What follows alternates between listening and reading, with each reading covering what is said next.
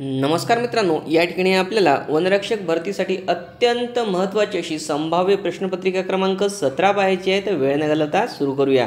या ठिकाणी पहिला प्रश्न आहे, सन 2017 मधील वनस्थिती अहवालानुसार महाराष्ट्र राज्यातील प्रत्यक्ष वनव्याप्त क्षेत्राचे राज्याच्या भौगोलिक क्षेत्राशी प्रमाण किती आहे? 16.47. रबराची लागवड खालीलपैकी कोणत्या राज्यात सर्वात जास्त होते? Kerala. Geological survey of India खालीलपैकी कोणत्या ठिकाणी आहे?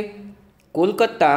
भारतातील खालीलपैकी कोणत्या केंद्रशासित प्रदेशात राज्यात वनस्पती शास्त्रज्ञांचे नंदनवन समजली जाणारी फुलांची दरी व्हॅली ऑफ फ्लावर्स वसली आहे? उत्तराखंड. त्यानंतर वाघांसाठी खालीलपैकी कोणती अभयारण्ये व राष्ट्रीय उद्याने राखीव आहेत? तर मित्रांनो, या ठिकाणी पर्याय क्रमांक 1 आणि 2 बरोबर आहे, म्हणजे मेळघाट अभयारण्य महाराष्ट्र आणि कान्हा राष्ट्रीय उद्यान मध्य प्रदेश. त्यानंतर झाड तोडण्यास परवानगी केव्हा मिळते? या ठिकाणी मित्रांनो, जितकी झाडे तोडली असतील तितकी नवीन लागवड करणार असल्यास. त्यानंतर महाराष्ट्र राज्याचे 30% वनक्षेत्र खालीलपैकी कोणत्या जिल्ह्यामध्ये आहे? तर या ठिकाणी पर्याय क्रमांक 1 आणि 2 बरोबर आहे, गडचिरोली आणि चंद्रपूर. त्यानंतर खालीलपैकी कोणत्या जिल्ह्यात येलदरी वनोद्यान आहे? परभणी. खालीलपैकी कुठल्या केंद्रावर सर्वाधिक पावसाची नोंद होते? वेंगुर्ला. महाराष्ट्रात रिकामी जागा या कालावधीत मासेमारीचा व्यवसाय मोठ्या प्रमाणावर चालतो. सप्टेंबर ते मे. महाराष्ट्रात खालीलपैकी कुठे सर्वाधिक पाऊस पडतो? तर या ठिकाणी मित्रांनो, सर्वाधिक पाऊस जो महाराष्ट्रामध्ये पडतो, लक्षात ठेवा, या ठिकाणी सर्वाधिक पाऊस तसा पाहता आंबोली या ठिकाणी पडतो, पण सर्वाधिक पाऊस कुठे होतो?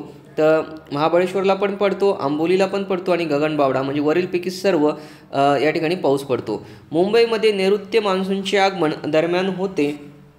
या ठिकाणी मित्रांनो, नैऋत्य मान्सूनचं आगमन कोणत्या दरम्यान होतं? तर 10 जूनच्या दरम्यान होतं मुंबईमध्ये. लक्षात ठेवा, 10 जूनच्या दरम्यान या ठिकाणी नैऋत्य मान्सूनचं त्या ठिकाणी आगमन होतं. काही वेळा 7 जूनला पण होतं. कोकणामध्ये बाष्पाचे प्रमाण नेहमीच्या आसपास असतं, 70%च्या आसपास असतं.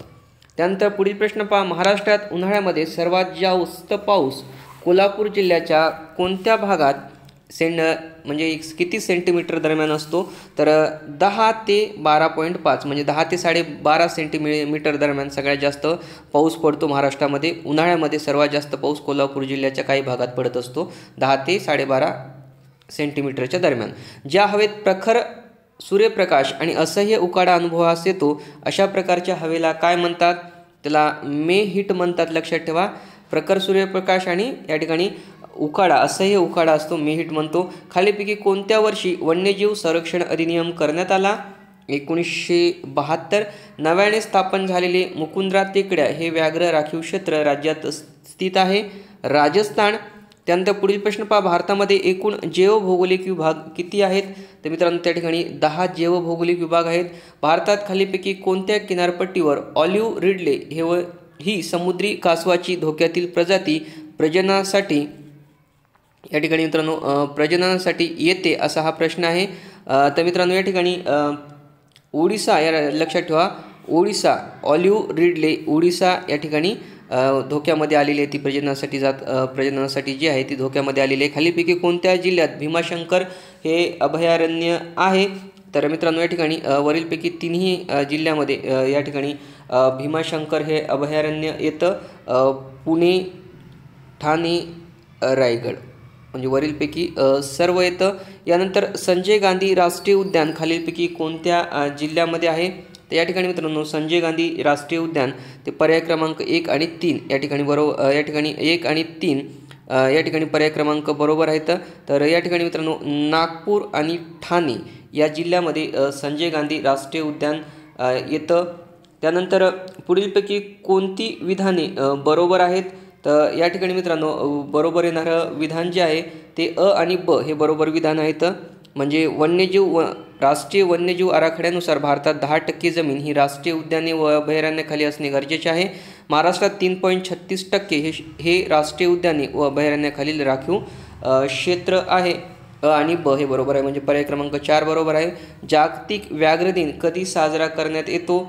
29 जुलै हे त्याचं उत्तर आहे. त्यानंतर योग्य जोड्या लावायला सांगितलेल्या आहेत मित्रांनो, आणि या ठिकाणी उत्तर बरोबर येतं ते पर्याय क्रमांक 4. म्हणजे या ठिकाणी मित्रांनो एचं 3 आहे वेदांकडे चला, स्वामी दयानंद. आपल्या तत्त्वज्ञान व अधिभौतिकतेने आपण जग जिंकले, याचं 2 येतं स्वामी विवेकानंद. नियतीशी करार याचं जवाहरलाल नेहरू. आणि इन्कलाब जिंदाबाद कवी इक्बाल यांचं हे वाक्य आहे. त्यानंतर 1857च्या उठावासंबंधीच्या जोड्या दिल्यात आणि योग्य जोडी या ठिकाणी जोड्या सांगितलेल्या आहेत. या ठिकाणी सुद्धा पर्याय क्रमांक 4 येतं. या ठिकाणी राणी लक्ष्मीबाई, झाशी, खारजा सिंग, खानदेश, तात्या टोपे, कानपूर, कुंवर सिंग, जगदीशपूर अशा प्रकारे या ठिकाणी जोड्या लागतात मित्रांनो. तर या ठिकाणी पुढचा प्रश्न पहा. पुढील विधानांवर विचार करायला सांगितलेला आहे आणि या ठिकाणी वरीलपैकी कोणतं विधान बरोबर आहे? तर वरीलपैकी दोन्ही विधानं या ठिकाणी मित्रांनो बरोबर आहेत. अ आणि ब म्हणजे कार्बन मोनॉक्साईडच्या हवेतील अतिरिक्त उत्सर्जनामुळे मानवी शरीरात ऑक्सिजनचा पुरवठा कमी होतो. त्याचबरोबर रक्तातील हिमोग्लोबिन सी संयोग निर्माण करण्याची कार्बन मोनॉक्साईडची क्षमता ऑक्सिजनपेक्षा जास्त आहे. ते दोन्ही विधानं या ठिकाणी बरोबर आहेत.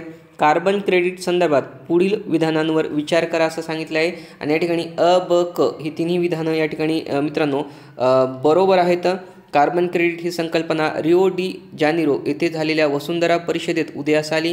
कार्बन डायऑक्साईड उत्सर्जनाची वाढ रोखणे हे कार्बन क्रेडिट व्यवस्थेचे उद्दिष्ट आहे. कार्बन क्रेडिट ही व्यवस्था क्योटो प्रोटोकॉल अंतर्गत येते. या ठिकाणी मित्रांनो तिन्ही विधानं या ठिकाणी बरोबर आहेत. त्यानंतर आम्लवर्षा ही वातावरणातील कशामुळे होते? तर या ठिकाणी मित्रांनो आम्लवर्षा ही वातावरणामधल्या नायट्रस ऑक्साईड आणि सल्फर डायऑक्साईड यामुळे होतं. पुढील विधानांवर विचार करायला सांगितलेला आहे मित्रांनो या ठिकाणी आणि या ठिकाणी 29चं जे उत्तर आहे ते अ ब या ठिकाणी अ ब क ड हे उत्तर बरोबर आहे. कोणतं विधान बरोबर आहे ते सांगितलेलं आहे. ते तिन्ही या ठिकाणी सर्व विधान बरोबर आहेत. महाकाय प्रलयकारी विध्वंसक लाटांना सुनामी म्हणतात. सागर तळावरील भूकंप किंवा ज्वालामुखीच्या उद्रेकामुळे सुनामीची निर्मिती होते. सुनामी लाटांचा वेग तासाला 600 ते 800 किलोमीटर आहे. सुनामी आपत्तीने 26 डिसेंबर 2004 रोजी 5 लाख लोक मृत्युमुखी पडले. तर या ठिकाणी मित्रांनो चारही विधानं बरोबर आहेत. तर अशा प्रकारे आपण संभाव्य वनरक्षक भरतीसाठी संभाव्य प्रश्नपत्रिका क्रमांक 17 पाहिली. आपल्याला पुढे भरपूर साऱ्या प्रश्नपत्रिका संभाव्य पाहिजे आहेत. त्यासाठी मित्रांनो व्हिडिओला लाईक व शेअर करा. काही या प्रश्नांमध्ये करेक्शन सजेशन असतील, काही शंका प्रश्न असतील प्लीज कमेंट्समध्ये लिहा. व्हिडिओला लाईक व शेअर करायला विसरू नका आणि अशा व्हिडिओसाठी मित्रांनो चॅनलला सबस्क्राईब करायला विसरू नका. जय हिंद, जय महाराष्ट्र.